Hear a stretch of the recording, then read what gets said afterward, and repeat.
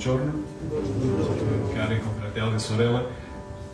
Voi già sapete le notizie, ma ho due importanti informazioni.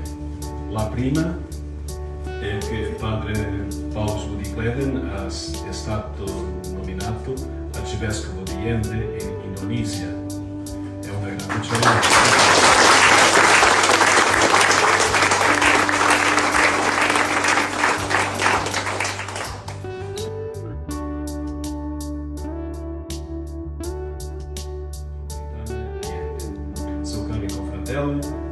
Ao nostro superiore generale, o vescovo di Ende, ma ancora superiore generale.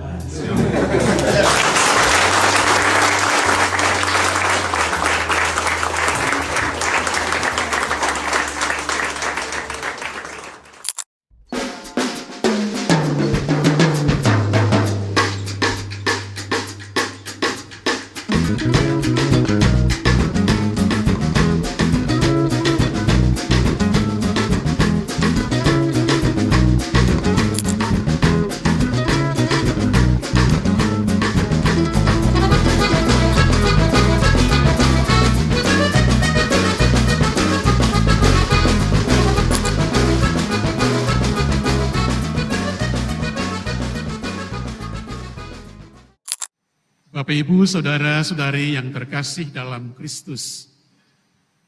Sebelum kembali ke Indonesia setelah 12 tahun bertugas di Roma, saya mengunjungi makam dua pendahulu saya, Monsinyur Petrus Noyen SPD dan Monsinyur Hendrikus Leven SPD di rumah induk SPD di Stijl, Belanda. Setelah tiba di Indonesia sebelum melanjutkan perjalanan ke Ende, saya mampir di Palasari, Bali, berziarah ke makam Monsinyur Antonius Station SPD. Di sana juga ada makam Monsinyur Paulus Sani Kleden SPD, bapak besar saya, saudara sulung ayah saya. Saya amat bersyukur bahwa pada saat diterima oleh Romo Administrator Diosesan, Romo Daslan, bersama para imam di rumah Keuskupan Dona, saya diantar terlebih dahulu bersama para tokoh umat dari ketiga kevikepan dan ribuan umat untuk berdoa di depan makam Monsinyur Donatus Jagom SPD, Monsinyur Abdon Longinus Takunya, dan Monsinyur Vincentus Sensi Potokota di depan kapela rumah Keuskupan Dona. Setelah beberapa hari di Ende, saya ke katedral ini mengunjungi makam Monsinyur Arnoldus Verstralen SPD. Pada bulan Desember tahun lalu, saya mengunjungi komunitas SPD di Techni, Amerika Serikat. Dan seperti biasa, saya berziarah ke makam pertama Monsinyur Gabriel Manek SPD sebelum jenazahnya dipindahkan ke Lebau Larantuka. Pada tahun 2017, dalam kunjungan ke komunitas SPD di Nagasaki, Jepang, saya diantar ke makam Monsinyur Paulus Yamaguchi yang diutus bersama Monsinyur Aloysius Ogihara SY membantu Monsinyur Leven menjalankan misi di Flores selama Perang Dunia Kedua. Kunjungan ke makam para pendahulu ini mengingatkan saya akan apa yang ditulis dalam surat kepada umat Ibrani, sebagaimana kita dengar dalam bacaan kedua tadi. Ingatlah akan pemimpin-pemimpin kamu yang telah menyampaikan firman Allah kepadamu. Perhatikanlah akhir hidup mereka dan contohilah iman mereka. Artinya, tariklah pesan bagi dirimu saat engkau melihat hidup mereka, mengenang pelayanan, dan merenungkan akhir hidup mereka. Dan saya yakin pesan utama dari mereka semua adalah peliharalah kasih persaudaraan.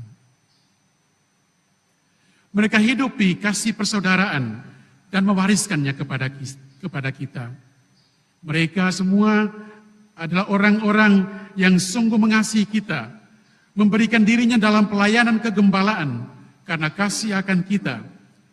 Dan dengan itu memberi pesan dan menjadi contoh bagi kita untuk saling mengasihi, sebagaimana kita dengar dalam bacaan Injil tadi. Dan mereka sungguh mengasihi kita karena mereka membiarkan diri dikasihi oleh Yesus, Sang Gembala Agung yang menyerahkan hidupnya untuk para saudara, saudari, dan sahabatnya. Kasih persaudaraan adalah warisan, bukan hanya dari para pemimpin gereja. Itulah juga yang dihidupi dan diwariskan kepada kita oleh para leluhur dan orang tua kita di kampung-kampung, para petani dan nelayan sederhana yang dalam serba keterbatasannya tanpa banyak mengeluh, bekerja keras menghidupi keluarga dan memenuhi kewajibannya sebagai warga masyarakat. Kasih persaudaraan kita tunjukkan dalam relasi lintas agama, karena kesadaran bahwa kita berasal dari Tuhan yang sama. Kasih persaudaraan bukan sekadar sentimen atau rasa suka, perasaan dekat karena kepentingan tertentu. Kasih persaudaraan adalah ikatan tanggung jawab demi kebaikan mereka yang dikasihi. Kasih persaudaraan karena itu berarti membela ketika orang ditindas dan diperlakukan tidak adil, mencegahnya menjadi korban kekerasan atau perdagangan manusia. Mereka yang menderita karena berbagai bentuk penyalahgunaan kekuasaan dan kekayaan. Dijiwai oleh kasih seperti itu, kita tidak tega meninggalkan orang ketika dia sedang menghadapi kesulitan, tidak sudi menggunakan kelemahannya untuk keuntungan diri sendiri. Karena kasih persaudaraan, kita bersedia dan berani menyampaikan apa yang dipesankan Tuhan kepada umatnya, berani menyuarakan kata-kata kebenaran melawan propaganda murahan dan penyebaran berita bohong. Kita bernyali menyuarakan keadilan, menentang praktik korupsi yang mengorbankan orang-orang miskin. Kasih persaudaraan lintas yang merupakan warisan selalu dibutuhkan dan menjadi sebuah kemendesakan dalam dunia kita sekarang ini. Dunia memerlukan dari agama-agama suara yang senantiasa mengingatkan akan pentingnya tali persaudaraan yang menghubungkan kita, dan membutuhkan contoh konkret bagaimana perbedaan tidak dilihat sebagai perintang, melainkan kekayaan yang membawa kita kepada pemahaman dan pengalaman yang lebih luas tentang Tuhan. Warisan ini memang mendapat aktualitas baru dan mendesak ketika negara-negara dan agama-agama secara kasat mata menghadapi godaan isolasi diri. Ancaman yang melumpuhkan bagi gereja adalah ketika ia kehilangan perspektif misioner. Saat sebagai warga gereja kita tidak lagi rela keluar dari kepentingan diri, dari kesibukan mengurus diri sendiri, atau terus membiarkan diri mencari tawanan ketersinggungan atau rasa sakit hati yang berkepanjangan. Menghidupi dan mewartakan kasih persaudaraan adalah perutusan kita. Inilah perintah Tuhan kepada kita, supaya kita saling mengasihi sebagaimana Dia mengasihi kita. Karena kasih persaudaraan adalah warisan serentak perutusan yang Yesus berikan kepada kita, maka marilah kita baharui tekad ini untuk hidupi kasih persaudaraan. Warisan ini mesti kita pelihara, nilai ini perlu kita kumandangkan. Dan dalam terang bacaan-bacaan hari ini, saya hendak menggarisbawahi 3 hal yang hemat saya menjadi kunci meneguhkan komitmen memelihara kasih persaudaraan. Yang pertama, mendalami spiritualitas yang inkarnatif. yang menyadarkan kita akan hakikat kita sebagai anak-anak Tuhan, serentak saudara atau saudari bagi sesama yang lain dan bagi alam. Relasi yang mendalam dengan Tuhan tidak membuat kita lupa sejarah dan putus hubungan dengan dunia. Sebaliknya, spiritualitas inkarnatif ini membawa kita ke bumi, merangkul kemanusiaan yang terluka karena berbagai sebab, dan berpartisipasi dalam proses penyembuhannya. Sebelum segalanya, kasih Tuhanlah yang merangkul, mengampuni, dan menyembuhkan. Yesus dalam Injil tadi mengatakan, tinggallah dalam kasih-Ku. Tinggal dalam Tuhan, merasa betah dalam kehadiran Tuhan, tidak hidup dalam bayangan, mesti menyembunyikan sesuatu dari Allah. Hanya apabila kita merasa aman dengan Tuhan, kita sungguh dapat merasa aman dengan diri dan tidak diliputi ketakutan terhadap orang lain.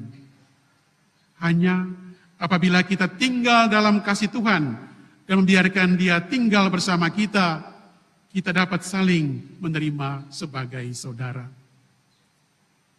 Kedua, penguatan identitas diri melalui pendidikan yang tanpa akhir.